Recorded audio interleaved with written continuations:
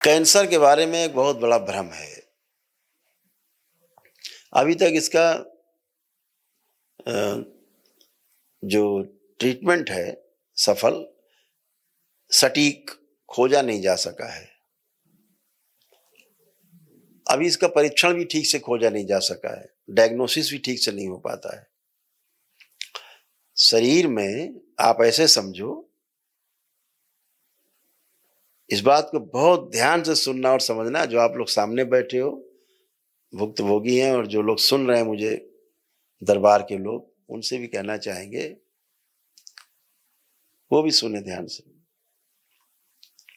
Cancer कभी भी बनता है तो किसी भी अंग में हो, बनता मस्तिष्क से है। यहां के असंतुलन से शरीर में कैंसर बनता है। जहां पर भी शरीर में ग्रोथ होती है, वो जो ग्रोथ है, वो जो बढ़ता है, जिसे हम फोड़ा कह लेते हैं, जिसे हम गांठ कह लेते हैं, सिस्ट कह लेते हैं, तो जो कुछ भी बढ़ता है, वो ग्रोथ जो होती है, वो ग्रोथ अगर कहीं पे अंदर इंटरनल इंजरी हुई है, तो डैमेज हुआ है, तो मस्तिष्क उस डैमेज को पूरा करने के लिए कुछ सेल्स रिलीज करता है, जो वहां जाकर के डेड सेल्स बाहर हो जाते हैं और उसकी जगह अच्छे सेल निर्मित हो जाते हैं, पुनर्निर्मित होते हैं। जो एसेंशियल ऑर्गन्स हैं उनसे हट के बात हम कर रहे हैं बाकी जगह पर। लेकिन जब मस्तिष्क और शरीर का संतुलन नहीं रहता, तो जहां पर चोट लगी, जहां पे कष्ट है, जहां घाव है, उसको पूरा करने के लिए वहां से मांग हो रही है कि हमें भाई 10 लाख सेल भेजे जाएं।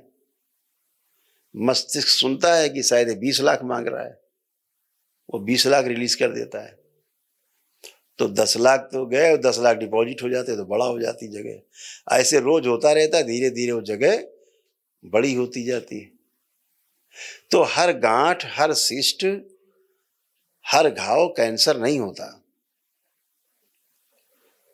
ये इन्फ्लेमेशन के कारण हो सकता है, इन्फेक्शन के कारण हो सकता है, वो जगह घाव बढ़ सकते ही, गांठ लम्स बन जाते हैं। तो ये आवश्यक नहीं है कि वो कैंसर ही है, लेकिन अज्ञानतावश आपको बता दिया जाता है कि आपको कैंसर है। कैसे? 2 प्रकार के सेल होते हैं कैंसर में।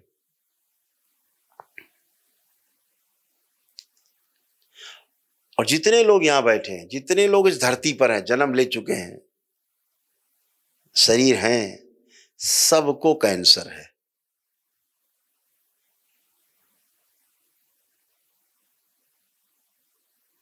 एक व्यक्ति ऐसा नहीं है जिसको कैंसर नहीं है, कैंसर के सेल नहीं है। पुरुषों में ज्यादातर प्रोस्टेट में और जो थायराइड ग्लैंड्स हैं, यहां पर वो सेल्स जो होते हैं वो हैं।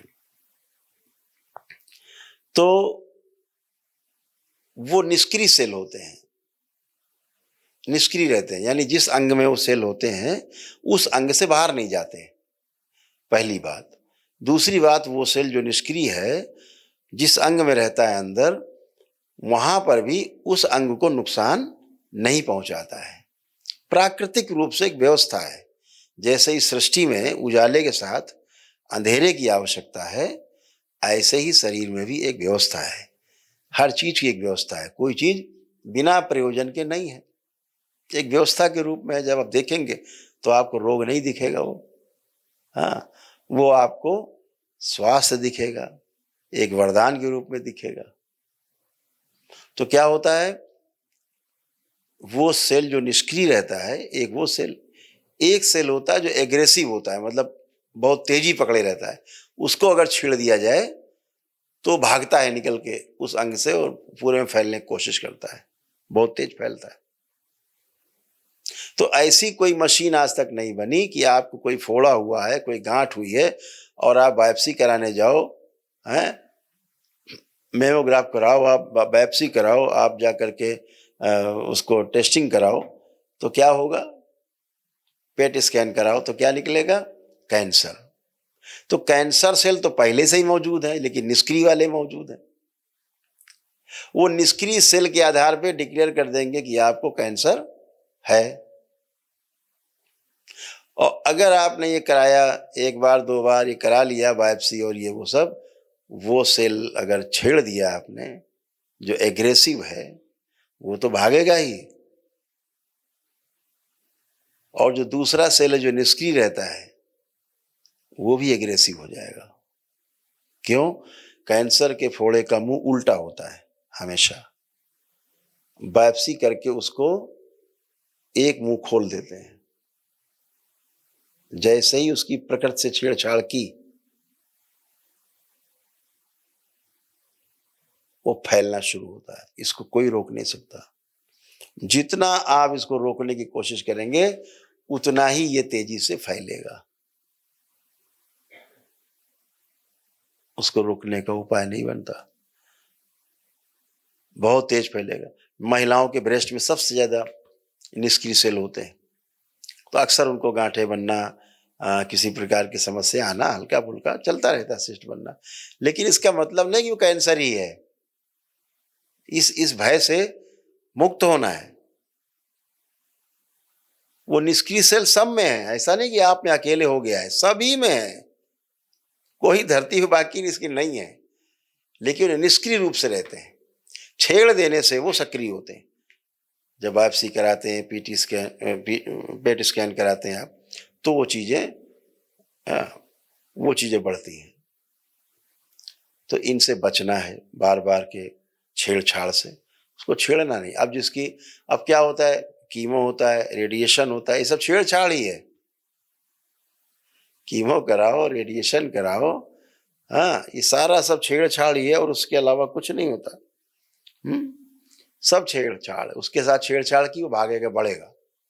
तो ईश्वर कृपा से आपको दरबार मिला, बाबा माँ का साथ मिला। ये साथ हमेशा आपके साथ है दरबार, और बाबा माँ का हमेशा साथ है। नियम पालन करते रहना, प्रार्थना संकल्प अपने करते रहना।